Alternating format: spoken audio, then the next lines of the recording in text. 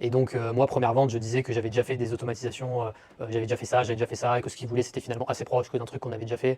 Et, et après, voilà, je lui ai renvoyé le devis et il a pris. Et en fait, il n'a pas fait des recherches outre mesure pour savoir si ce que j'ai dit, ça faisait 4 ans que j'existais ou si ça faisait 6 mois.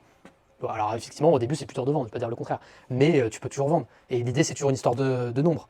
Si tu fais 25 appels de vente, même si tu es nul, nul, c'est obligé qu'au bout d'un moment, tu vas faire une vente, quoi. Tu vois, sur un des petits prix à 500, 1000 euros, 1500 euros pour une boîte, c'est rien. Juste un salaire, ça lui coûte des dizaines de milliers d'euros par an. Donc toi, si dépenser 1000 balles, tu te mets vraiment pas cher au début, tu montes le truc, tu fais une démo s'il faut, de ce que tu es capable de faire, etc. Si tu te le fais pour 800 balles, tu fais ça 20 fois, au bout d'un moment, t'es obligé. Et moi, finalement, ça va très vite, en 3 semaines, j'ai eu une première vente. Hein. Et j'en connais plein qui ont fait leur première vente en moins de 2 mois. Hein. Ça, c'est des croyances limitantes qu'on a. De ouais, j'ai passé l'expérience, machin. Non, il faut juste être convaincu. Et si t'es convaincu, tu arriveras à convaincre. Ça, c'est vraiment pas un souci. Donc, ok, je vais vous montrer un petit peu maintenant la partie. Après, je réponds à toutes les questions qui restent. La partie vente qui est comment je fais actuellement pour faire mes ventes, pour générer mes appels de vente. Et je vais faire petite parenthèse sur le webinaire qui nous a rapporté beaucoup de thunes et vous montrer un peu les systèmes pour montrer que même finalement les systèmes de vente sont processisés, un peu comme ces automatisations finalement.